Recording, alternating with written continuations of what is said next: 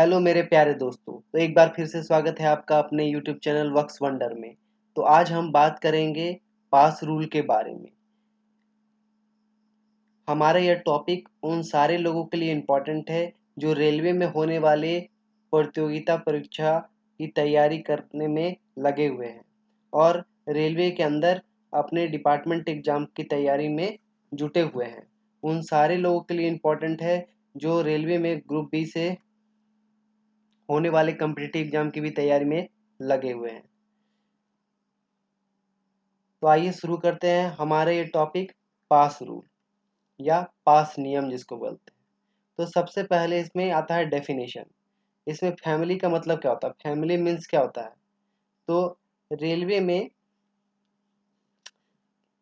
सभी रेलवे कर्मचारियों को पास की सुविधा दी गई है, जिसके अंदर वो एक अथॉरिटी मिलती है जिससे आप एक स्थान से दूसरे स्थान तक उस अथॉरिटी को लेके ट्रैवल कर सकते हैं। पहले यह कागजों में दी जाती थी, आजकल HRMS के थ्रू इसे ऑनलाइन दिया जाता है। तो सबसे पहले पास रूल के अंदर हमें देखना है कि फैमिली किसको कहा जाता है। तो फैमिली मीन्स क्या होता है, वाइफ और हस्बैंड वेदर अर्निंग और नॉट। तो इसमें पति या पत्नी चाहे वो अर्निंग कर रही हो या ना कर रही हो शामिल होते हैं। इसके अलावा अनमैरिड डॉटर जो डिपेंडेंट हो एम्प्लॉय पे, उस केस में अनमैरिड डॉटर भी क्या है, फैमिली मेंबर का हिस्सा है। और सन जो 21 साल से कम का हो, अगर किसी एम्प्लॉय का लड़का 21 साल का से कम का हो तो उसे भी फैमिली मेंबर में काउंट किया जाएगा। और इसके अलावा जो बोनाफाइड स्टूडेंट्स हैं उसके लिए कोई भी एज लिमिट नहीं है, जिसमें रिसर्च स्कॉलर और स्टाइपेंड जिसको मिल रहा है तो उस केस में उसके कोई एज लिमिट नहीं है।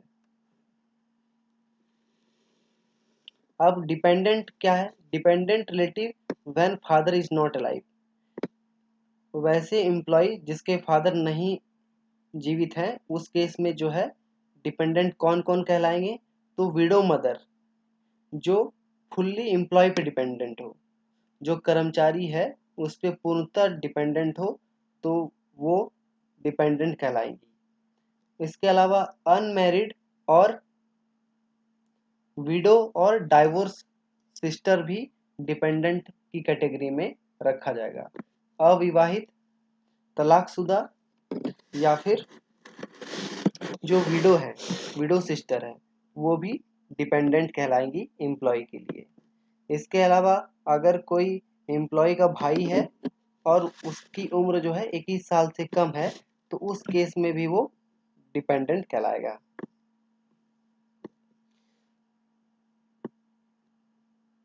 अब हम आगे बढ़ते हैं। इसमें गार्जियन क्या मतलब क्या है, गार्जियन का मतलब है अडल्ट फैमिली मेंबर और डिपेंडेंट और रिलेटिव, पेड नर्स और गवर्नेंस और अटेंडेंट, ये सब क्या है, गार्जियन है।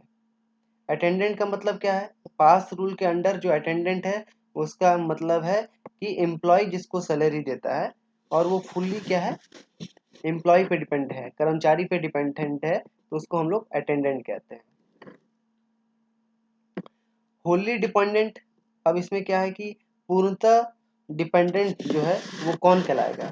तो वैसा कोई पर्सन जो एम्प्लॉय पे पूर्णतः डिपेंडेंट हो और जिसका जो टोटल इनकम हो वो कितना हो, 3500 रुपये हो, तो उस केस में वो होली डिपेंडेंट कहलाएगा। अब रेलवे पास नियम के अंदर पास क्या है, पास मीन्स क्या कहलाता है, पास किसको कहते हैं। तो रेलवे पास नियम के अंदर an authority given by the railway to a person permitting him to travel by the train freely. कहने का मतलब है कि वैसे सभी एम्प्लॉय जिसको रेलवे एक ऑथोरिटी देती है, एक एक प्रमाण देती है कि वो क्या करे, कि ट्रेवल कर सकता है ट्रेन में फ्रीली, तो उसको हम लोग पास बोलते हैं। अब पीटीओ क्या कहलाता है, अब पीटीओ क्या है, एक तरह का पैसेंजर टिकट है जिसको 1/3 ऑफ द एक्चुअल फेयर, जितना टोटल फेयर है, मान लीजिए आप दिल्ली से सिकंदराबाद जाते हैं, तो उस केस में मान लीजिए उसका फेयर 900 रुपये है, तो आपको अगर आप PTO इशू होता है तो उस केस में आपको 300 रुपये पे करने पड़ते हैं। तो ये PTO का यूज आप कर सकते हैं। इसके बाद डेफिनेशन है single journey pass means. Pass rule के अंदर सिंगल जर्नी पास का मतलब होता है a pass issued from starting station to a destination station. मतलब सिंगल जर्नी कहने का मतलब क्या है कि आपका पास दिल्ली से इशू हुआ और आप कलकत्ता तक गए, वापस नहीं आए, तो वो उस केस में क्या हुआ, सिंगल जर्नी पास कहलाएगा वो। A set of pass means अगर सेट होता है तो आप दिल्ली से कलकत्ता भी गए और कलकत्ता से वापस दिल्ली आए, मतलब एक पूरी जर्नी कंप्लीट हुई, तो उस केस में उसे सेट ऑफ पास कहलाएंगे। अगर हम इसका डेफिनेशन देखें तो इसका डेफिनेशन होता है a pass issued to N employ और हिज फैमिली और both for one onwards and one return journey, एक जाने के लिए और एक आने के लिए, तो वो क्या कहलाएगा, फुल सेट ऑफ पास कहलाएगा। इसके बाद आता है ईयर। पास रूल के अंदर ईयर किसको बोलेंगे, तो ईयर क्या है, एक कैलेंडर ईयर है, मतलब 1 जनवरी से लेके 31 दिसंबर तक का जो ड्यूरेशन है वो पास रूल के अंदर एक कैलेंडर ईयर या ईयर कहलाएगा। अब रेलवे के अंदर कितने सारे टाइप के पासेस हैं, तो काइंड ऑफ पासेस। तो रेलवे के अंदर अगर हम काइंड ऑफ पासेस की बात करें तो मेटल पास होता है, कार्ड पास होता है और चेक पास होता है। अब मेटल पार्ट को भी 3 कैटेगरी में डिवाइड किया गया है। सबसे पहले आता है गोल्ड पास, उसके बाद आता है सिल्वर पास, उसके बाद आता है ब्रॉन्ज पास। इस 3 कैटेगरी में मेटल पास को डिवाइड किया गया है। उसी तरह कार्ड पास को भी 5 कैटेगरी में डिवाइड किया गया है। कार्ड का पास में आता है ड्यूटी कार्ड पास, जिसके बारे में आगे हम डिटेल से पढ़ेंगे। उसके बाद आता है रेसिडेंस कार्ड पास, उसके बाद आता है स्कूल कार्ड पास, उसके बाद आता है प्रोविजन कार्ड पास और बाद में आता है इंजन पास। इसके अलावा चेक पास के अंदर आता है privilege pass, duty pass, transfer pass, school और scholar pass, passes for sport और pension, medical pass, emergency duty pass, kit pass, pass of scout quota and guide, widow pass और post retirement पास। तो अभी कितना हो गया, काइंड ऑफ पासेस 3 तरह के पास होते हैं। कौन कौन, मेटल पास होता है, कार्ड पास होता है और चेक पास होता है। मेटल पास को हम लोग गोल्ड पास, सिल्वर पास और ब्रॉन्ज में बांटते हैं। कार्ड पास को ड्यूटी कार्ड पास, residential card pass, school card पास, प्रोविजन कार्ड पास और इंजन पास में कैटेगराइज किया गया है। अब हम आगे देखते हैं मेटल पास। तो मेटल पास में सबसे पहले क्या आता है, गोल्ड पास आता है। मेटल पास में सबसे पहले क्या आता है, गोल्ड पास आता है। ये किसको इशू किया जाता है, तो ये CRB यानी चेयरमैन ऑफ रेलवे बोर्ड को इशू किया जाता है। उसके बाद रेलवे बोर्ड के जितने भी मेंबर है उनको इशू किया जाता है। FC को इशू किया जाता है। CCRS chief commissioner of railway safety को इशू किया जाता है। और जितने भी GM हैं और उससे इक्विवेलेंट जितने भी ऑफिसर्स हैं रेलवे में, उन सबको गोल्ड पास इशू किया जाता है। और ये पास कौन इशू करता है, गोल्ड पास, तो ये रेलवे बोर्ड करती है गोल्ड पास का इशू। अब जो भी गोल्ड पास को होल्ड करता है वो फर्स्ट क्लास AC में पूरे इंडियन रेलवे में कहीं भी ट्रेवल कर सकता है और साथ में अपनी फैमिली मेंबर को भी ले जा सकता है और उसे 2 birth of first class AC मिलेंगे। कितना मिलेगा, 2 birth of first class AC और 2 बर्थ इन फर्स्ट क्लास मिलेगा। इसके बाद आता है सिल्वर पास। अभी हमने देखा गोल्ड पास किसको मिलेगा, गोल्ड पास था CRB, railway board, FC, CCRS और GM। उसी प्रकार सिल्वर पास आएगा, सिल्वर पास मिलेगा ऑल HODs को और ऑफिसियर इक्विवेलेंट टू HODs, उन सबको क्या मिलेगा, सिल्वर पास मिलेगा। और इसका जो ट्रैवलिंग है वो through out the Indian railway है। और सिल्वर पास को भी कौन इशू करता है, सिल्वर पास को रेलवे बोर्ड इशू करता है। कौन इशू करता है, रेलवे बोर्ड इशू करता है। और इसमें क्या होगा, first class on payment of 1/3 of difference in fare और first class first class of his family subjected to लिया मैक्सिमम 4 बर्थ। तो इस केस में क्या है, फर्स्ट क्लास में इसी ट्रेवल कर सकते हैं अपनी फैमिली के साथ, और अगर 4th बर्थ लेना है तो 1/3 पेमेंट करना पड़ेगा। इसके बाद आता है ब्रॉन्ज पास। ब्रॉन्ज पास उन सारे ऑफिसर को दिया जाता है जिनको गोल्ड और सिल्वर पास नहीं प्राप्त होता है।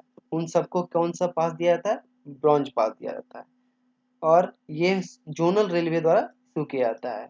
ब्रॉन्ज पास को कौन इशू करता है, तो ब्रॉन्ज पास को it is issued by respective zonal railways. Bronze pass को कौन इशू करता है, जोनल रेलवे इशू करता है।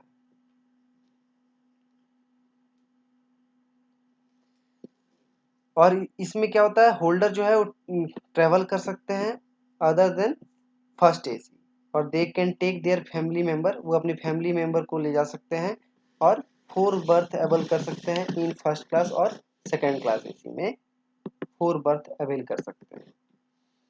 अब आता है कार्ड पास। कार्ड पास में हमने देखा कि सब कौन कौन से कार्ड पास होते हैं।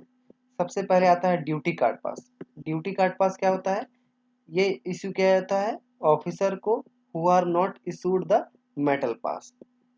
जिन सारे ऑफिसर को मेटल पास नहीं इशू किया जा सकता है उनको ड्यूटी कार्ड पास इशू किया जाता है। क्या इशू किया जाता है, ड्यूटी कार्ड पास इशू किया जाता है। ड्यूटी कार्ड पास जो है नॉर्मली 1 साल तक वैलिड होता है। ड्यूटी कार्ड पास कितने साल तक के लिए वैलिड होता है, पीरियड ऑफ 1 ईयर। इसके बाद आता है रेसिडेंशियल कार्ड पास। तो रेसिडेंशियल कार्ड पास सभी रेलवे कर्मचारी को इशू किया जा सकता है जिन जो क्या होते हैं, ट्रेवल करते हैं from their place of residence to place of duty and back. वैसे रेलवे सर्वेंट जो अपने प्लेस ऑफ रेसिडेंस से प्लेस ऑफ ड्यूटी जाते हैं और वापस अपने रेसिडेंस को आते हैं, उन सभी को रेसिडेंस कार्ड पास इशू किया जा सकता है। और इसका जो वैलिडिटी है वो भी क्या होता है, 1 साल का होता है। इसके बाद आता है school card pass. School card pass किसको इशू किया जाता है, the ward of railway servant. School card pass issued to ward of railway servant. जो भी रेलवे कर्मचारी की संतान है उनको स्कूल कार्ड पास इशू किया जा सकता है, और वो क्या करते हैं, अपने नियरर स्टेशन या रेसिडेंस से अपने स्कूल या कॉलेज के लिए ट्रेवल कर सकते हैं। इसमें सर्टिफिकेट ऑफ स्कूल अथॉरिटी मिलना पड़ेगा, मतलब स्कूल से सर्टिफिकेट लाना पड़ेगा। और कितना, 1 साल में कितना स्कूल पास इशू किया जा सकता है, तो a maximum of 3 school pass can be issued. School card, school जो जाते हैं बच्चे उनको कितना स्कूल पास इशू किया जाता है, अब maximum 3 school card pass issued किया जा सकता है टू अ रेलवे सर्वेंट। किसी रेलवे सर्वेंट के बच्चों के लिए maximum 3 school card pass issue किया जा सकता है।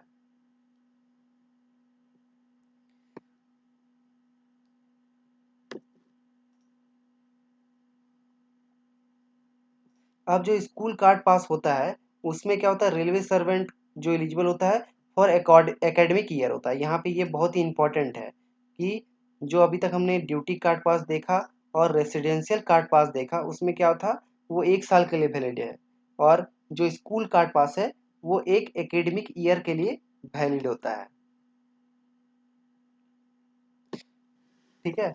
अब आता है प्रोविजन पास। तो provision pass is issued to the railway servant working at way side station और for their attendance to go nearer market to purchase provision required.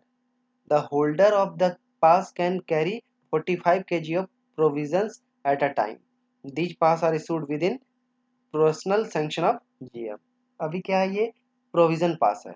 अब प्रोविजन पास को उन सारे रेलवे सर्वेंट को इशू किया जाता है जो क्या है, वे साइड स्टेशन पे काम करते हैं और जो अपने डेली के काम के लिए नियरर मार्केट में परचेज करने के लिए जाते हैं। तो प्रोविजन पास किसको इशू किया जाता है, वैसे रेलवे सर्वेंट जो वे साइड स्टेशन पे काम करते हैं। और इसमें किसकी परमिशन पढ़ना जरूरी है, पर्सनल सैंक्शन लगेगा। किसका लगेगा, जीएम का।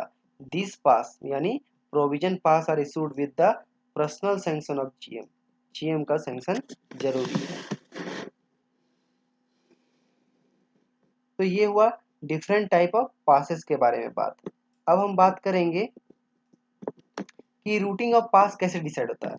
मतलब कि अगर हमको दिल्ली से कलकत्ता आना है तो उसका रूट कैसे डिसाइड होगा, पास के थ्रू। ऐसा तो नहीं है कि हम पहले दिल्ली से अहमदाबाद गए, फिर अहमदाबाद से सिकंदराबाद गए, फिर सिकंदराबाद से घूम के कलकत्ता आए। तो इस केस में पास ऐसे इशू नहीं किया जा सकता है। तो इसके कुछ रूटिंग के मेथड्स दिए गए हैं। तो क्या लिखा है, सबसे पहला आता है by direct and shortest route. Pass जो इशू करना होता है वो by direct and short route के थ्रू इशू करना पड़ता है। उसके बाद दूसरा आता है by longer route if distance by longer route is less than distance by shorter route plus 15% of the shorter route. तो अभी क्या है, दो रूट दी गई है। तो अगर हम दो रूट में का जो डिफरेंस वो 50% है, 15% है, 15% यानी 15% है, तो उस केस में हम उस दूसरे रूट से भी पास इशू करवा सकते हैं। उसके बाद तीसरा मेथड है क्यूकर रूट होना चाहिए, मतलब जिससे जल्दी पहुंचे, वो भी इसमें रूटिंग का मेथड आता है। फिर तीसरा ये हो गया क्विकर रूट। अब चौथा हो गया अल्टरनेटिव रूट। मतलब अगर कोई अल्टरनेटिव रूट है उस स्टेशन से, मतलब दिल्ली से कलकत्ता जाने के लिए अगर कोई अल्टरनेटिव रूट भी है तो वो भी हम अपने पास से इंक्लूड करा सकते हैं। तो ये था रूटिंग ऑफ पासेस। अब हम बात करेंगे चेक पास के बारे में।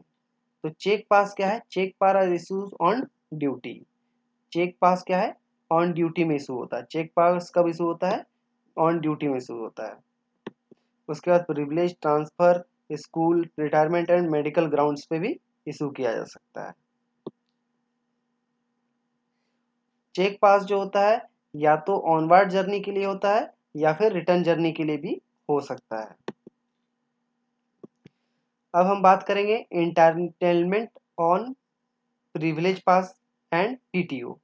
अब कौन कौन इंटाइटल होता है और कितना पास मिलेगा, ये अलग अलग रेलवे कर्मचारी के लिए अलग अलग पास और पीटीओ का प्रावधान किया गया है। तो जो ग्रुप ए और ग्रुप बी ऑफिसर है उनके लिए एक साल में 6 सेट ऑफ पास मिलता है।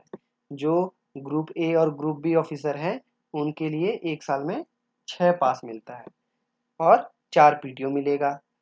उसके बाद जो स्पेशल क्लास अप्रेंटिसेस हैं उनके लिए 2 सेट ऑफ पास मिलेगा और पीटीओ 4 मिलेगा। जो ग्रुप सी और ग्रुप डी स्टाफ हैं उनको एक सेट ऑफ पास मिलेगा अप टू 5 ईयर, और इसके बाद थ्री सेट ऑफ पास मिलेगा आफ्टर 5 ईयर्स। इसके बाद 4 सेट ऑफ पीटीओ। तो पीटीओ जो है वो सबके लिए समान है, 4 सेट ऑफ पीटीओ मिलेगा, चाहे वो ग्रुप ए हो, ग्रुप बी हो, ग्रुप सी या ग्रुप डी या स्पेशल क्लास अप्रेंटिस हो, इन सबको 4 सेट ऑफ पास मिलेगा, जो पीटीओ मिलेगा सॉरी। लेकिन जो पास है वो अलग अलग मिलेगा। जो क्लास ग्रुप ए है ग्रुप बी है 6 सेट मिलेगा, special class apprentice 2 set, group C और ग्रुप डी को एक सेट ऑफ पास मिलेगा 5 साल तक और 3 सेट मिलेगा बियॉन्ड 5 ईयर। इसके बाद बात करेंगे हम क्लास ऑफ प्रिविलेज पास और एलिजिबिलिटी। तो अलग अलग कैटेगरी के लिए प्रिविलेज पास की एलिजिबिलिटी अलग अलग है। जैसे ग्रुप ए और ग्रुप बी जो है, जो गेजेटेड हैं, उनके लिए जो type of privilege pass and privilege ticket order मिलेगा वो किसका मिलेगा, फर्स्ट ए क्लास मिलेगा। और टाइप ऑफ ड्यूटी भी मिलेगा फर्स्ट ए क्लास। जो non gazetted employ in grade pay 4200 और अबव है उनको फर्स्ट क्लास पास मिलेगा। जो ए और बी है उनको फर्स्ट क्लास ए पास मिलेगा। जो नॉन गजेटेड और इन ग्रेड पे 4200 और अबव है उनको फर्स्ट क्लास पास मिलेगा और इनको duty class first class pass मिलेगा। जो 2800 ग्रेड पे है उनको सेकंड क्लास ए पास मिलेगा, पीटीओ उनको सेकंड क्लास ए पास मिलेगा। जो 1900 ग्रेड पे हैं बट अबव 1900 ग्रेड पे से जो ज़्यादा है पर बिलो 2800 है तो उनको सेकंड क्लास ए पास मिलेगा और उनको पीटीओ सेकंड क्लास ए पास का मिलेगा। इसके अलावा जो एम्प्लॉय इन ग्रेड पे 1800 ग्रेड पे में उनको सेकंड क्लास ए पास मिलेगा इन अ ईयर। रिमेनिंग पास जो होगा और पीटीओ होगा वो सेकंड क्लास स्लीपर का मिलेगा। तो ये था पास के एंटाइटलमेंट की एलिजिबिलिटी। उसके बाद अब करेंसी ऑफ पासेस देख लेते हैं कि पासेस की वैलिडिटी कितने दिन तक की होती है। करेंसी ऑफ पासेस मतलब पास की जो वैलिडिटी है वो कितने दिन की है। तो इसमें सबसे पहले आता है सिंगल जर्नी पास। अगर हम एक तरफ जर्नी करते हैं, जैसे मान लीजिए कोई दिल्ली से कलकत्ता जर्नी कर रहा है, एक सिंगल जर्नी कर रहा है, तो उस केस में पास की जो वैलिडिटी होगी 3 मंथ होगी। पास की जो वैलिडिटी होगी 3 मंथ होगी। अगर आप दिल्ली से कलकत्ता जाते हैं, वापस कलकत्ता से दिल्ली आते हैं, तो उस केस में पास की वैलिडिटी जो होगी 4 मंथ होगी। पीटीओ की वैलिडिटी कितनी होती है? 3 मंथ। पीटीओ की वैलिडिटी कितनी होती है? 3 मंथ होती है। पीटीओ की वैलिडिटी कितनी मंथ होती है? 3 मंथ होती है। सेटलमेंट पास की वैलिडिटी कितनी मंथ होती है? 2 मंथ। किट एंड वैगन पास की वैलिडिटी 1 मंथ। अब ये लगेज कितना ले जा सकते हैं, तो ये उतना इंपॉर्टेंट नहीं है एग्जाम के दृष्टिकोण से कि कौन कितना कितना लगेज ले जा सकते हैं, पर इसके अलावा कुछ इंपॉर्टेंट टॉपिक है जिसको डिस्कस करना जरूरी है। जैसे pass and PTO are issued both husband and wife when both of them are railway employ. तो अगर कोई भी रेलवे एम्प्लॉय जिसके हस्बैंड और वाइफ दोनों एम्प्लॉय हैं, रेलवे में एम्प्लॉय हैं, तो उनको पास और पीटीओ इशू किया जा सकता है। Unmarried daughter of railway servant have to be submit declaration. Unmarried daughter of railway servant को क्या करना पड़ेगा? डिक्लेरेशन देना पड़ेगा कि कोई भी अगर वो अपने पेरेंट के अकाउंट से पास इशू करना चाहती हैं तो उसको डिक्लेरेशन देना पड़ेगा।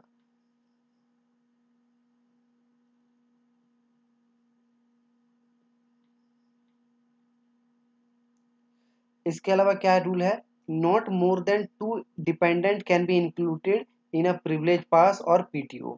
एक पास में या पीटीओ में आप 2 से ज़्यादा डिपेंडेंट इंक्लूड नहीं कर सकते हैं। जैसे कि मान लीजिए कोई पास इशू कराया अपने लिए, अपनी वाइफ और 2 बच्चों के लिए। इसके अलावा जो है वो एक ही डिपेंडेंट करा सकते हैं। इसमें क्या आगे देखेंगे हम लोग क्या रूल है कि यह है कि subjected to the condition that total number of person in the pass and PTO is limited to 5। अगर हम पास एंड पीटीओ से ट्रैवल करते हैं तो टोटल जो मेंबर होना पड़ेगा और 5 होना पड़ेगा। 5 से ज़्यादा नहीं हो सकता है। उसमें भी रूल है कि अगर डिपेंडेंट जाता है तो 2 से ज़्यादा डिपेंडेंट नहीं जा सकता है। तो एक तो पास में कितने जाएंगे? मैक्सिमम 5 लोग जाएंगे।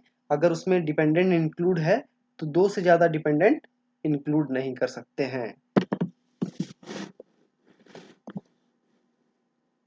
If the family member are only included in the privilege pass, there is no restriction in the regard to the number of person to include। अगर सिर्फ फैमिली मेंबर जा रहे हैं, कोई भी डिपेंडेंट नहीं जा रहा है, अगर फैमिली मेंबर जा रहे हैं, कोई भी डिपेंडेंट नहीं जा रहा है, तो उस केस में क्या होगा?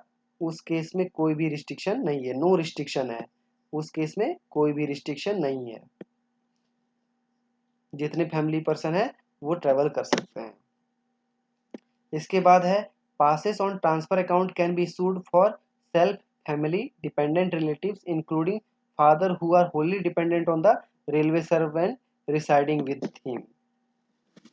अगर पास जो है वो ट्रांसफर अकाउंट में मिलता है, अगर किसी का ट्रांसफर हो जाता है उस अकाउंट में मिलता है, तो उस केस में जो होगा अपने लिए होगा, अपनी फैमिली के लिए होगा, डिपेंडेंट के लिए होगा, प्लस यहाँ पे एक इम्पॉर्टेंट बात है, फादर के लिए भी हो सकता है अगर वो फुल्ली डिपेंडेंट हो रेलवे सर्वेंट पे। तो उस केस में क्या होगा?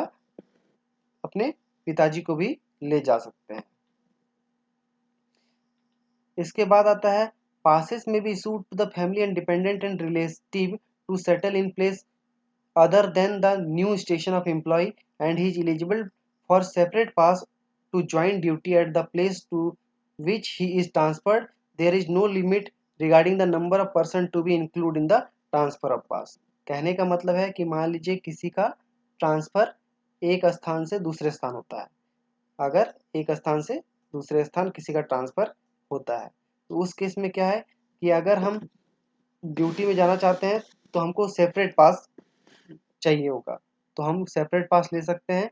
और साथ ही साथ हम उस पास में जो है, अगर एक पास में हम खुद सेल्फ के लिए लेते हैं, दूसरे पास में हम फैमिली के लेते हैं, तो उसमें नंबर ऑफ पर्सन जो है वो लिमिटेड नहीं है। इसके लिए नो लिमिट दिया गया है।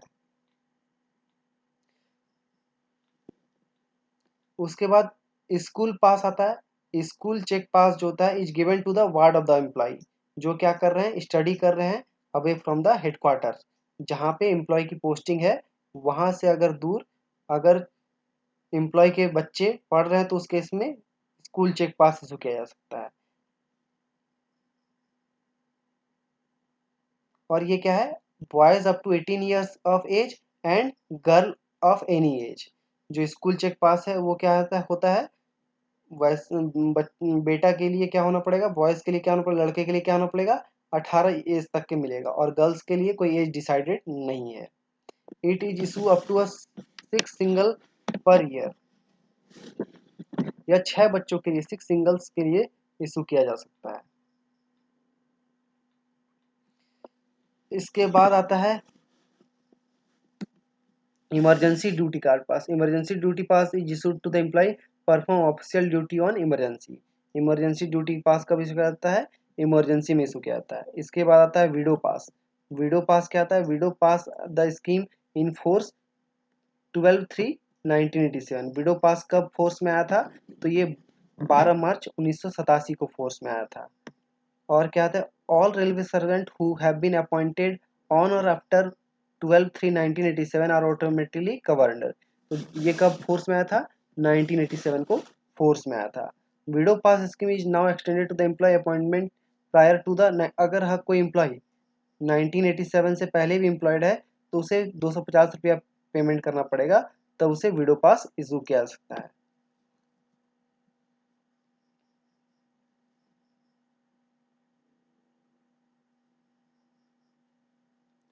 इसके बाद है पोस्ट रिटायरमेंट पास। तो ये जो भी रेलवे एम्प्लॉय रिटायर हो जाते हैं तो उनको भी पोस्ट रिटायरमेंट पास दिया जाता है। क्या होता है इसका रूल, जो ग्रुप और ए और ग्रुप बी के ऑफिसर होते हैं, अगर वो रिटायरमेंट कर जाते हैं और वो क्या करते हैं 20 साल का सर्विस कंप्लीट कर लिए हो पर 25 साल से कम उनका सर्विस है तो उनको 2 सेट मिलेगा। अगर कोई ऑफिसर ग्रुप ए या ग्रुप बी ऑफिसर 25 साल कंप्लीट कर लिए हो या उससे ज़्यादा का सर्विस कंप्लीट कर लिए हो तो उस केस में उनको पोस्ट रिटायरमेंट पास जो है 3 सेट मिलेगा। कितना मिलेगा, 3 सेट मिलेगा। वैसे ही अगर कोई ग्रुप सी एम्प्लॉय 20 साल से ज़्यादा पर 25 साल से कम, अगर कोई ग्रुप सी रेलवे एम्प्लॉय जो है 20 साल से ज़्यादा पर 25 साल से कम किए हैं तो उस केस में उसे 1 सेट मिलेगा। अगर कोई रेलवे एम्प्लॉय ग्रुप सी का जो हो वो 25 साल से ज़्यादा का सर्विस पीरियड हो उसका, तो उसको 2 सेट ऑफ पास मिलेगा। इसके अलावा जो ग्रुप डी एम्प्लॉय है, अगर उसे 20 साल का सर्विस किया हो या उससे ज़्यादा किया हो तो उसे कितना मिलेगा, 1 सेट ऑफ पास मिलेगा। तो थैंक यू दोस्तों, इसी के साथ आज का ये पास रूल का क्लास समाप्त हुआ। होप ये आपको वीडियो अच्छा लगा होगा। तो प्लीज़ चैनल को कीजिए सब्सक्राइब। मिलते हैं नेक्स्ट वीडियो में।